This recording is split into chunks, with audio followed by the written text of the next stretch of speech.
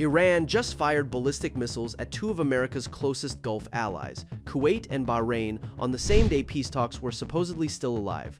3 missiles headed for Bahrain, 2 more toward Kuwait, and the US was simultaneously bombing Iranian territory on Qeshm Island, right at the mouth of the Strait of Hormuz. So here's the question you need to sit with.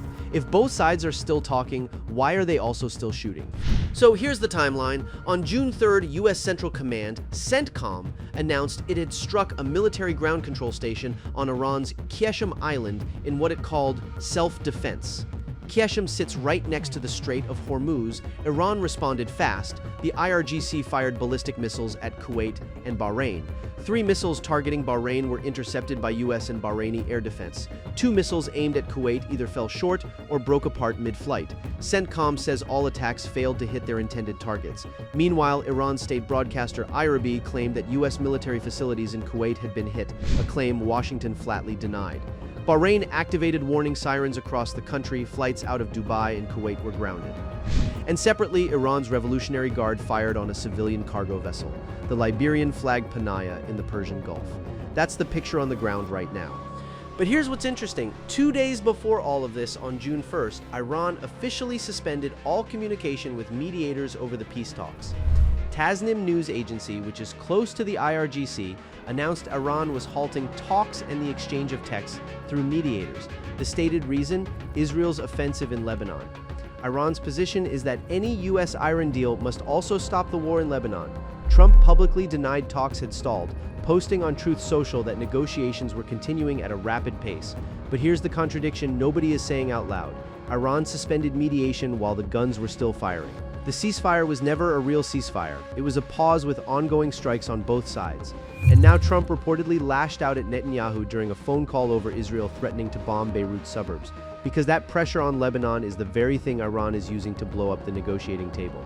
Trump is caught between his ally Israel and his deal with Iran. And right now, Israel is making the deal harder. The real impact here is the Strait of Hormuz. About 20% of the world's oil supply passes through that narrow waterway. Qeshm Island sits right at its entrance. When the US strikes Iranian military infrastructure there and Iran fires back at Gulf states hosting US bases, shipping companies start making different calculations. Insurance rates spike, tankers reroute, oil prices move. Iran has also threatened to close the Bab al-Mandab Strait, that's the Red Sea choke point, as a secondary front. 2 major shipping lanes under threat at the same time means energy costs ripple out globally. For American consumers already watching gas prices, this conflict is not abstract. Now, the other argument is that Iran is simply using military escalation as leverage, that these strikes are a negotiating tactic, not a genuine push toward wider war. Tehran wants better terms, and firing missiles it knows will be intercepted keeps pressure on without crossing a line. The problem with that argument is that leverage tactics can spiral. Each strike invites a counter-strike, and at some point, one of those missiles doesn't get intercepted.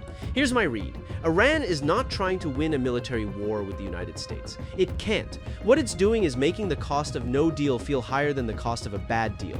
The Qeshm strikes are leverage plays. The Kuwait and Bahrain missiles are signals to the Gulf states, to Trump, to Netanyahu, but there's a real danger here.